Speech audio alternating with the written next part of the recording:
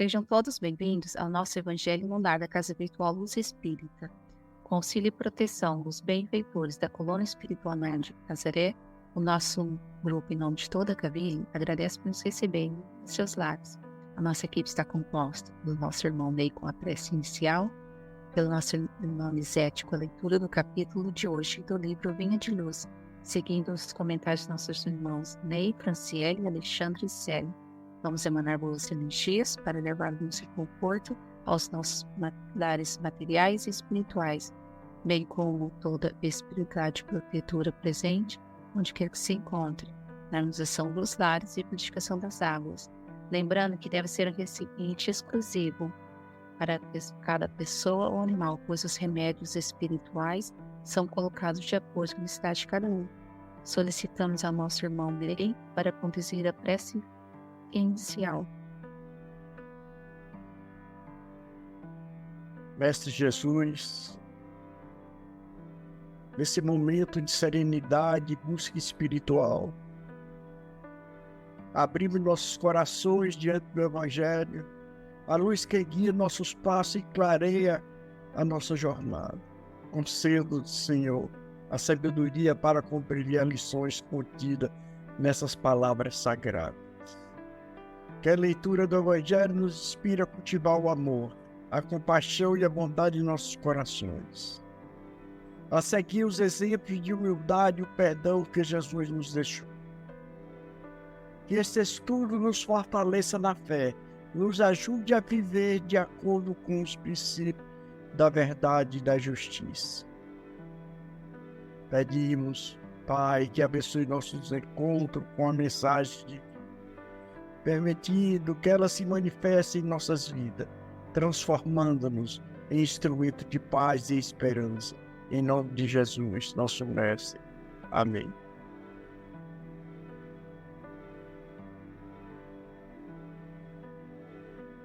A mais uma lição, do livro Vinha de Luz, por Emmanuel. O capítulo é 83, Examinai. Se alguém vem ter convosco e não traz esta doutrina, não o recebais em casa. João, capítulo 10. É razoável que ninguém impeça o próximo de falar o que melhor lhe pareça. É justo, porém, que o ouvinte apenas retenha o que reconheça útil e melhor. Em todos os setores da atividade terrestre e no curso de todas as tarefas diárias, aproximam-se irmãos que vêm ter convosco, trazendo as suas mensagens pessoais. Esse é portador de convite à insubmissão. Aquele outro é um vaso de queixas enfermiças. Indispensável é que a casa terrestre não se abra aos fantasmas. Batem à porta? A prudência aconselha vigilância. O coração é um recinto sagrado, onde não se deve amontoar resíduos inúteis. É imprescindível examinar as solicitações que avançam. Se o mensageiro não traz as características de Jesus, convém negar-lhe guarida, de caráter absoluto, na casa íntima, proporcionando-lhe, porém, algo das preciosas bênçãos que conseguimos recolher em nosso benefício, no setor das utilidades essenciais. Inúmeros curiosos que se aproximam dos discípulos sinceros nada possuem, além da presunção de bons faladores. São quase sempre grandes necessitados, sob a veste falaciosa da teoria. Sem feri-los nem escandalizá-los, é justo que o devotado aprendiz de Jesus lhes prodigalize algum motivo de reflexão séria. Desse modo, os que julgam conduzir um estandarte dispostos à redenção passam a conduzir consigo a mensagem do bem, verdadeiramente salvadora. O problema não é de nos informar se alguém está falando em nome do Senhor. Antes de tudo, importa saber se o portador possui algo do Cristo para dar. Pelo que o apóstolo aqui diz, primeiro, que quando aqueles que professavam ser discípulos de Cristo chegaram a qualquer lugar onde não eram conhecidos pelos irmãos que residiam lá, nem lhes foram recomendados por alguns com que eles se familiarizaram. Tornaram-se conhecidos por eles como os verdadeiros discípulos de Cristo, declarando sua fé. Isso mostra a adequação dos conselhos do apóstolo a essa matrona piedosa e seus filhos. Segundo, que como os cristãos naqueles dias exercitavam hospitalidade com seus irmãos estrangeiros, que entravam empregados na divulgação do Evangelho, então a irmã cristã a quem o apóstolo escreveu nessa carta, provavelmente rica e de disposição benevolente, considerou-se obrigado a suprir as necessidades daquele estranho que pregavam. Portanto, para impedir que ela seja enganada por impostores, o apóstolo aqui a instruiu a exigir que esses professores façam um relato das doutrinas que eles ensinaram. E se ela descobrisse que eles não possuíam a verdadeira doutrina cristã, ele aconselhou a não recebê-los em sua casa, nem lhes dar nenhum semblante. E esse conselho do apóstolo era certamente perfeitamente adequado, porque aqueles que entretinham ou demonstravam respeito por falsos mestres lhes permitiam mais eficazmente espalhar sua doutrina errônea, para reduzir e arruinar aqueles a quem enganavam. Gratidão.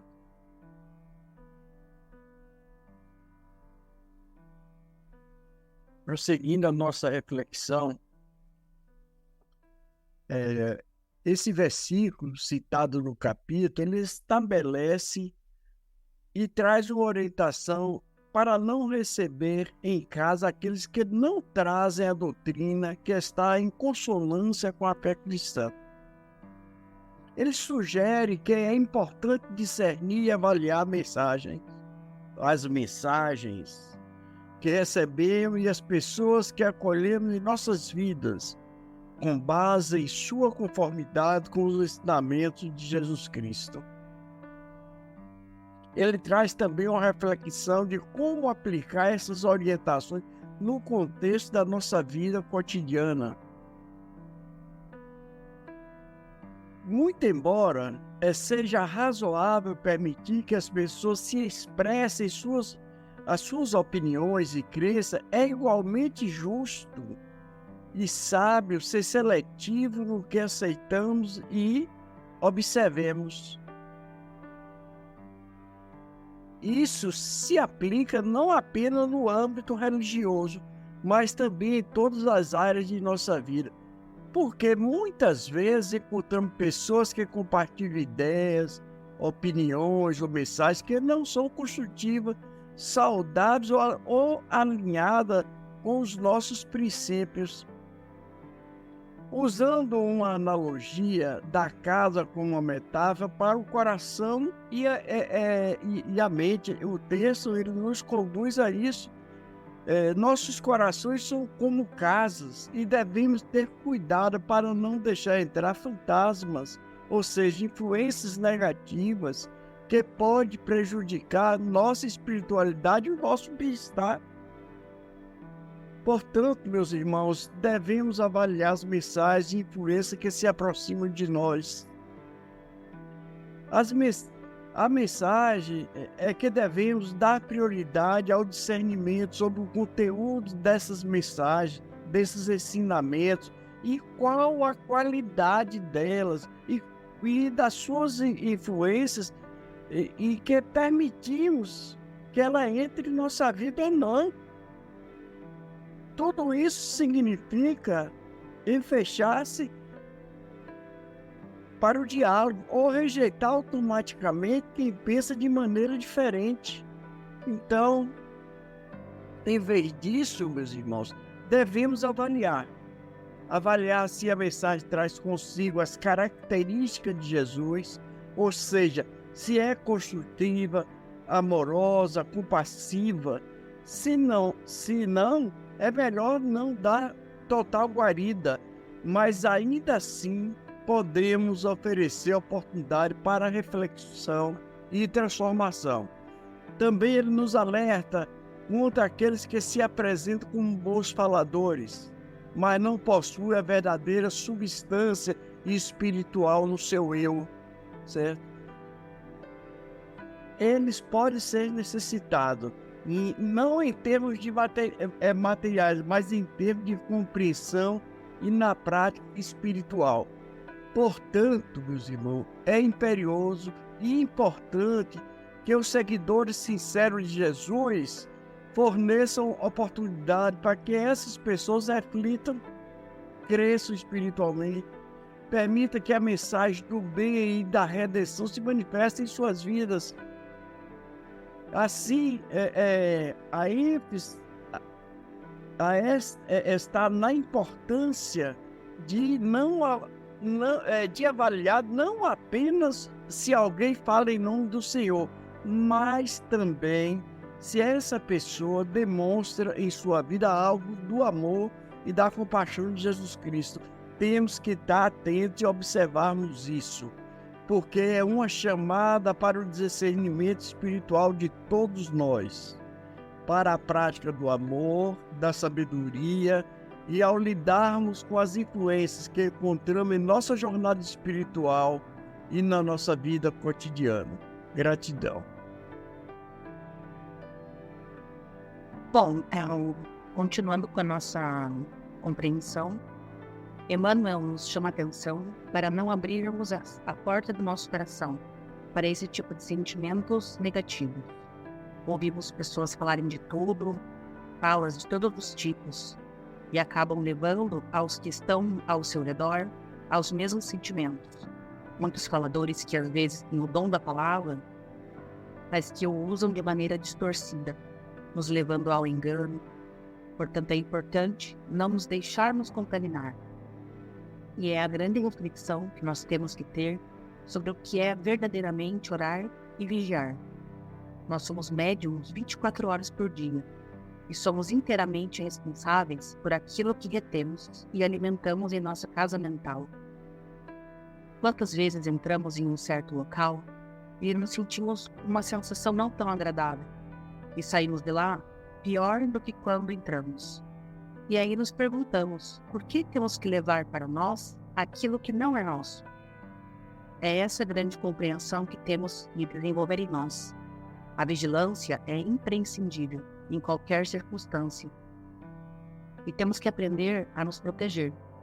Assim como não permitimos que qualquer pessoa entre em nossa casa, por que permitimos que quaisquer ideias, palavras, sentimentos entrem e façam morada em nosso campo mental, fazendo com que, como se fosse uma ideia fixa?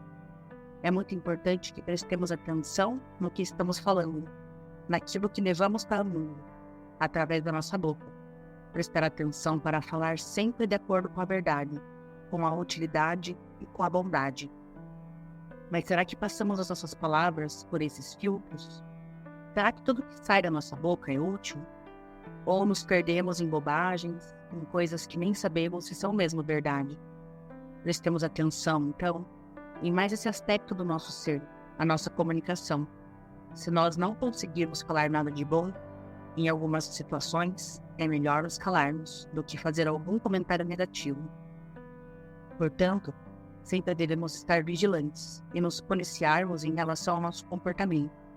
Precisamos começar a mudar os hábitos, assim como nós nos policiamos em relação aos vícios de toda parte. Com os espíritos superiores, aprendemos que a palavra educada é como se fosse o acalento de um coração, porque conversar é mostrar para pôr para fora aquilo que já existe por dentro. A nossa boca é a nossa ferramenta e a nossa grandiosa oficina, onde o artista é o espírito. Então, pensando assim, vemos que a nossa palavra pode socorrer e estimular aqueles que estão caídos a se levantar, aqueles que estão dormindo a despertar, aqueles que estão errados a quem sabe se corrigir, e aqueles que estão agressivos a se acalmar. Nossas palavras são ações que são revestidos em nossos sentimentos. Saber calar, saber ouvir, ser responsável por suas palavras e sentimentos é um desafio que merece ser pensado. Gratidão. Bom, dando continuidade, as reflexões dos nossos irmãos foram perfeitas, então eu vou tentar acrescentar algo um pouco mais, digamos, que possa contribuir realmente, né, a toda essa fala. Guardemos a advertência de João, mas assim, não de forma literal, né? Arreguemos o espírito da letra. Lógico que é sempre muito bom vigiarmos a entrada de nosso lar aos que não nos trazem boas energias. Porém, aqui a fala parece nos conduzir para o templo interno, o nosso coração. Muito embora Emmanuel nos alerte de que a casa terrestre não deve ser aberta para os fantasmas, ainda que batam à porta, é justo cuidarmos em primeiro do que entra em nossa porta do coração. Como ele diz, é recinto sagrado do espírito. Convém que examinemos o que possa penetrar neste lugar só nosso. Faz sentido para você? Mas o benfeitor ainda adverte. Tentemos retirar daquilo que é ruim algo que seja proveitoso, em constante exame de conformidade com as virtudes do Mestre. Sejamos, pois, aqueles que reflitam nestes irmãos pensamentos de luz, de amor, de paz e esperança, para que eles levem de nós algo próximo do que o Mestre de amor nos deixou como legado. Podemos observar neste trecho do livro Boa Nova, de Humberto de Campos, em seu capítulo 21, a lição da vigilância, em que Jesus fala diretamente ao nosso coração de aprendiz. No dia seguinte, a pequena comunidade se punha a caminho, vivamente impressionada com as revelações da véspera. Simão seguia humilde e cabisbaixo. Mestre, por que razão mandastes retirar as palavras em que vos demonstrei o meu zelo de discípulo sincero? Alguns minutos antes não havias afirmado que eu trazia aos companheiros a inspiração de Deus? Por que motivo logo após me designáveis como intérprete dos inimigos da luz? E o mestre responde, bondosamente, Simão, ainda não aprendeste toda a extensão da necessidade de vigilância. A criatura na Terra precisa aproveitar todas as oportunidades de iluminação interior em sua marcha para Deus. Vigia o teu espírito ao longo do caminho. Basta um pensamento de amor para que te eleves ao céu. Mas na jornada do mundo, também basta às vezes uma palavra fútil ou uma consideração menos digna para que a alma do homem seja conduzida ao campo do estacionamento e do desespero das trevas, por sua própria imprevidência. Nesse terreno, Pedro, o discípulo do Evangelho, terá sempre imenso trabalho a realizar, porque pelo reino de Deus é preciso resistir às tentações dos entes mais amados na terra, os quais, embora ocupando o nosso coração, ainda não podem entender as conquistas santificadas do céu. Acabando Cristo de falar, Simão Pedro calou-se e passou a meditar. Portanto, irmãos, vamos meditar como Simão Pedro. Vigilância sempre. Paz e luz a todos.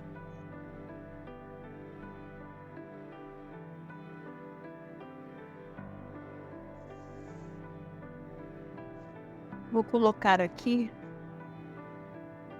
como foi tão bem feliz Emmanuel de colocar esse capítulo logo após o que nós estudamos semana passada. O outro falava da fé pululante, da fé alegre, saltitante e não perseverante. Aqui fala-se das palavras tolas, as palavras tolas que têm as pessoas que têm a fé saltitante, pululante. A pessoa teoriza